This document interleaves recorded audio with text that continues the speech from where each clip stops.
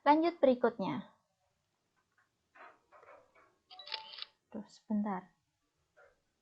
Nah, satelit. Tadi sebenarnya di depan Bu Novi sudah membahas. Yang disebut dengan satelit itu adalah benda langit yang selalu mengitari planet. Selain mengelilingi planet, satelit itu melakukan dua gerak yang lainnya. Gerakan yang pertama adalah mengelilingi matahari bersama dengan planet yang dikelilinginya. Gerakan yang kedua adalah berputar pada porosnya. Jadi pada waktu bersamaan, satelit itu melakukan tiga gerakan.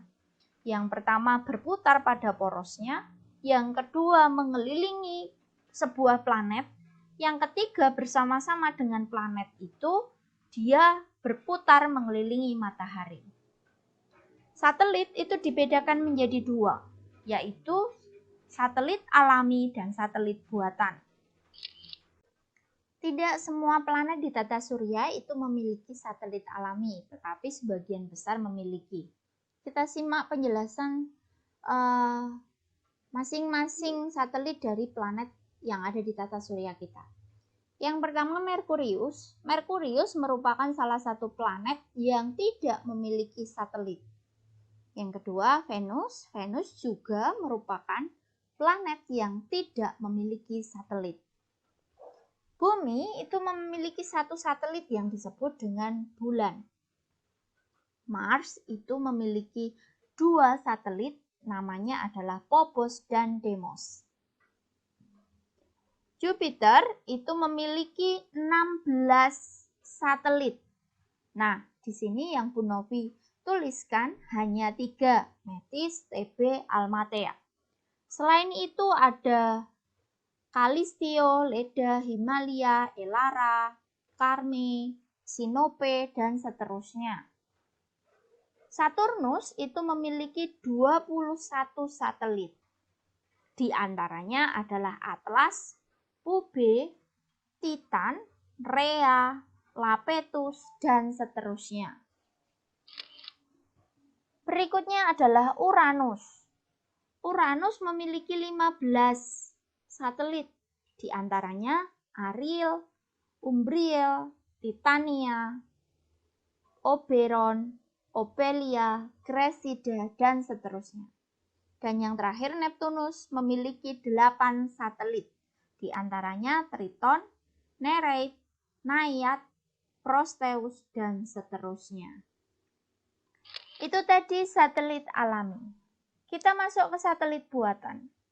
Kalau tadi satelit alami itu adalah satelit yang mengelilingi planet dan tidak dibuat oleh manusia.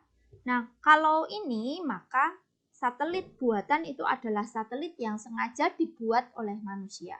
Kalaupun satelit ini itu mengelilingi sebuah planet, pergerakan satelit buatan itu juga diatur oleh manusia. Nah, contohnya seperti ini. Ini bumi, kemudian ini satelit buatan. Satelit buatannya ini juga mengelilingi bumi, tetapi dia mengelilingi bumi karena memang diatur oleh manusia agar mengelilingi bumi. Nah, satelit buatan yang terkenal kala itu adalah satelit Palapa, di mana satelit Palapa itu merupakan satelit komunikasi domestik Indonesia. Selain sebagai komunikasi, satelit buatan itu dibuat dengan berbagai tujuan. Contohnya untuk memonitor cuaca, namanya satelit cuaca. Untuk memetakan permukaan bumi, namanya satelit pencitraan, dan seterusnya. Termasuk yang sekarang kita pakai setiap saat, setiap waktu di smartphone kita, namanya satelit Global Positioning System atau satelit GPS yang fungsinya untuk menentukan posisi suatu tempat di permukaan bumi agar lebih akurat. Itu tadi macam-macam satelit buatan, kegunaan satelit buatan. Berikutnya yang akan kita bahas adalah asteroid. Asteroid itu juga merupakan salah satu benda langit. Bedanya adalah asteroid itu berupa bongkahan batu yang terdapat dalam sabuk asteroid antara Mars dan Jupiter. Nah, ini bongkahan batu tuh kayak gini. Tetapi dia melayang-layang dan jumlahnya banyak. Nah, seperti ini. Pergerakannya kurang lebih seperti ini. Ini hanya untuk memberi gambaran kepada kita bahwa yang namanya asteroid itu banyak sekali. Yang tadi hanya kelihatan titik-titik begitu. Sebenarnya dia bongkahan-bongkahan batu yang bergerak seperti ini. Kita tinggalkan asteroid, kita lanjut ke komet. Komet nama lainnya adalah bintang berekor. Komet itu juga merupakan salah satu benda langit, di mana dia tersusun dari partikel batu, kristal, es, dan gas. Kalau digambarkan kurang lebih seperti ini. Komet biasanya sering terlihat seperti sebuah benda langit yang bercahaya dan berbentuk memanjang menyerupai ekor. Oleh karena itu dia dijuluki bintang berekor. Kita tinggalkan komet, kita lanjut ke meteor. Meteor itu adalah benda langit yang bergerak cepat dengan lintasan yang tidak teratur. Jika Anda pernah mendengar istilah bintang jatuh, itu merupakan sebuah meteor yang bisa dilihat oleh manusia. Nah, seperti ini.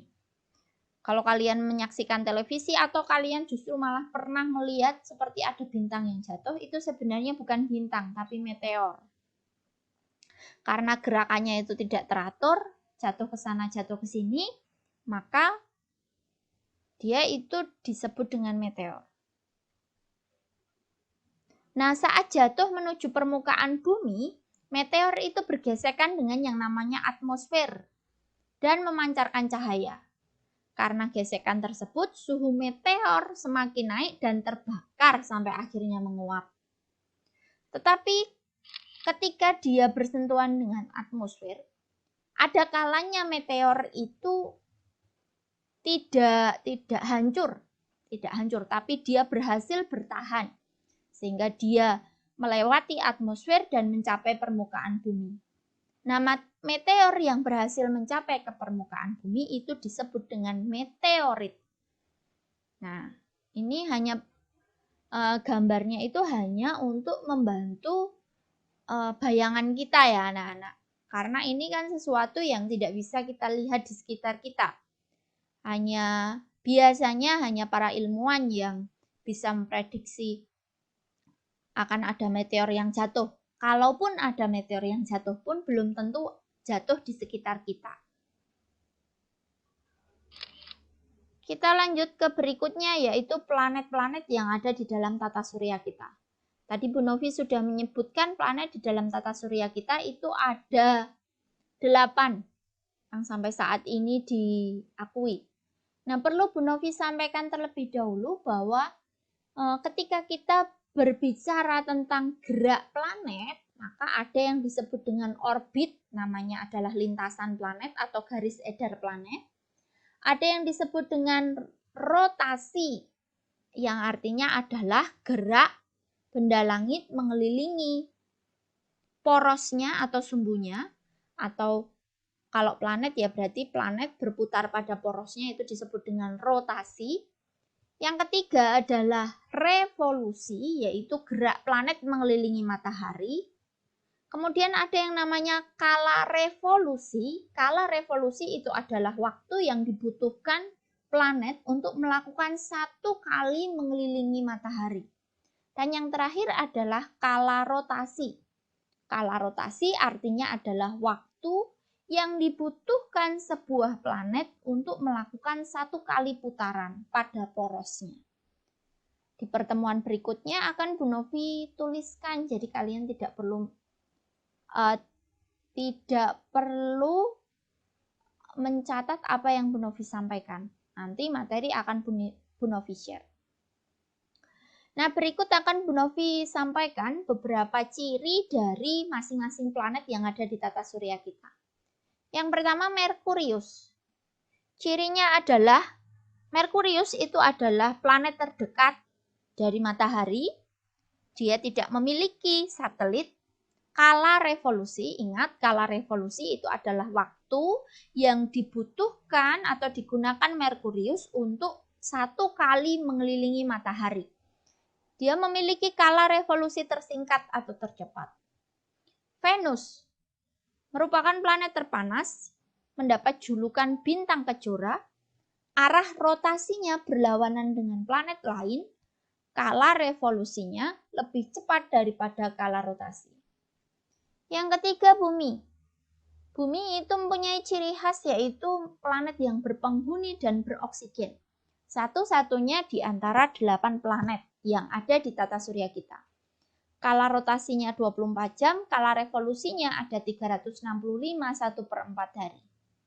Mars, planet merah, dijuluki Joko Belek dan memiliki 2 satelit. Tadi namanya adalah Phobos dan Deimos. Yang berikutnya adalah Jupiter. Merupakan planet terbesar, kala rotasinya tercepat, dijuluki Raja Langit. Kalau tadi Merkurius itu yang tercepat adalah kala revolusinya. Kalau Jupiter itu adalah kala rotasi. Beda ya. Yang berikutnya Saturnus. Saturnus merupakan planet terbesar kedua, tentunya setelah Jupiter, karena Jupiter itu terbesar. Kemudian disebut juga dengan planet terindah dan bercincin. Planet yang paling indah dan planet yang mempunyai cincin. Memiliki satelit Titan. Itu hanya salah satu satelit yang dimiliki oleh Saturnus. Yang berikutnya Uranus. Uranus itu merupakan planet yang dingin dan berwarna biru. Cara dia mengelilingi matahari itu menggelinding seperti bola. Arah rotasinya itu berlawanan dengan planet lain. Kalau tadi Venus itu yang berlawanan arah dengan planet lain itu adalah arah rotasi. Yang berikutnya Neptunus. Neptunus itu disebut dengan planet pembuat ulah. Mengapa? Karena kadangkala dia itu beredar tidak sesuai dengan orbitnya. Maka disebut dengan planet pembuat ulah.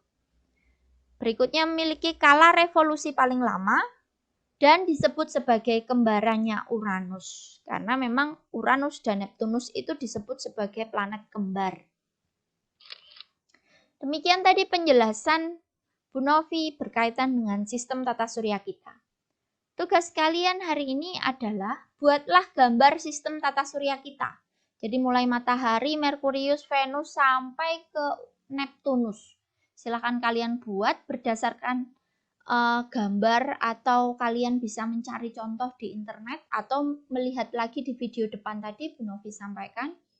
Nah, kalian buat juga orbitnya. Jadi tidak hanya benda langitnya, tapi juga orbitnya, agar kelihatan sistem tata surya kita.